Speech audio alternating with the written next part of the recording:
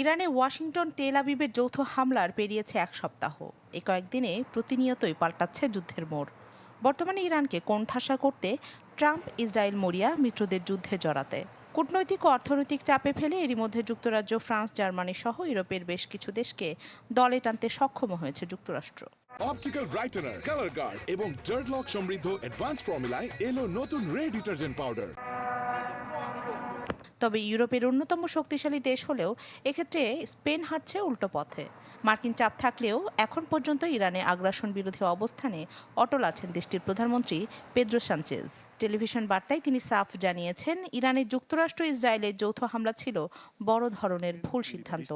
এমন মন্তব্যের মাধ্যমে প্রকাশ্যে ট্রাম্পকে যুদ্ধবিরোধী বার্তা দিলেন সানচেজ। এর আগে ট্রাম্প হুঁশিয়ারি দিয়েছিলেন, স্পেন যদি আন্দালুসিয়ায় অবস্থিত দুটি যৌথ সামরিক ঘাঁটি ইরানের ওপর হামলার জন্য ব্যবহার করতে না দেয়, তাহলে দেশটির সাথে বাণিজ্যিক সম্পর্ক ছিন্ন করবে ওয়াশিংটন। এমন কড়া হুঁশিয়ারিতেও নিজ অবস্থান থেকে সরে আসেন Spain. In fact, I told Scott to cut off all dealings with Spain.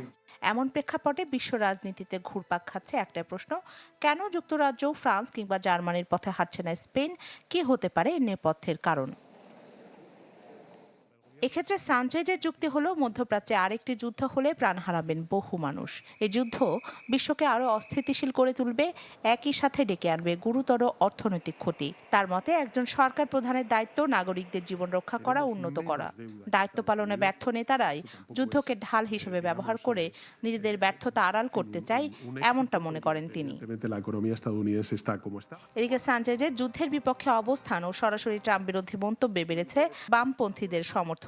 পেদ্রোর এমন আচরণ ওয়াশিংটনের সাথে মাদ্রিদের সম্পর্ক ঝুঁকিতে ফেলবে, এমন শঙ্কার কথা বলছেন বিরোধীরা। আর ডানপন্থীদের কেউ কেউ বলছেন, ক্ষমতায় থাকতে এমনটা করছেন পেদ্রো। এবারই প্রথম নয়, গাজায় ইসরায়েলের অভিযান শুরুর পরও নেতানিয়াহু সরকারের তীব্র সমালোচনা করেছিলেন স্পেনের প্রধানমন্ত্রী। এমনকি ভেনেজুয়েলায় মার্কিন সামরিক হস্তক্ষেপের বিরুদ্ধেও সরব ছিলেন তিনি। ইসরায়েল, যুক্তরাষ্ট্র ও ইরানের ত্রিমুখী সংঘাতে স্পেনের মিত্র দেশগুলো ট্রাম্পের সামনে নতজানু হলেও ইউরোপের একমাত্র নেতা হিসেবে নিজের অবস্থানে অটল আছেন পেদ্রো সানচেজ।